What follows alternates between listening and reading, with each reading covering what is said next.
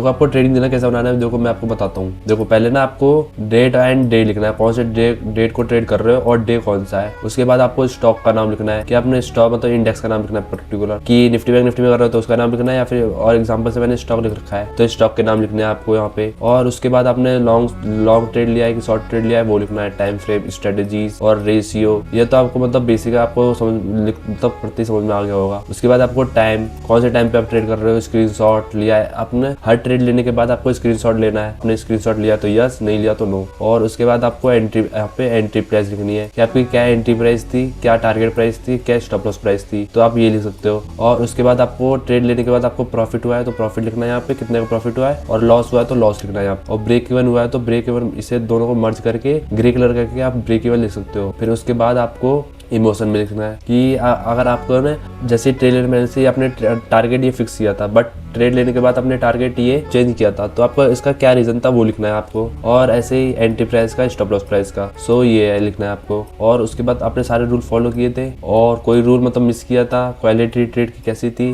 Trade लेने के बाद कितना रेशियो रिसीव किया था, और जोन बेस का मतलब क्या, ये तो ये आपकी मर्जी है, आपको लिखना है तो लिख सकते हो। तो आपको ये समझ में आ गया होगा ये कैसे आपको लिखना है। और उसके बाद आपने क्या मिस्टेक की थी आप ये लिख सकते हो। तो आप ऐसे मतलब बना सकते हो अपना ट्रेडिंग जर्नल, तो आपके लिए बेस्ट रहेगा। और इसका आपको लिंक चाहिए तो आप मेरे से मांग सकते हो, ये परफेक्ट ट्रेडिंग जर्नल है, आप इससे सीख सकते हो।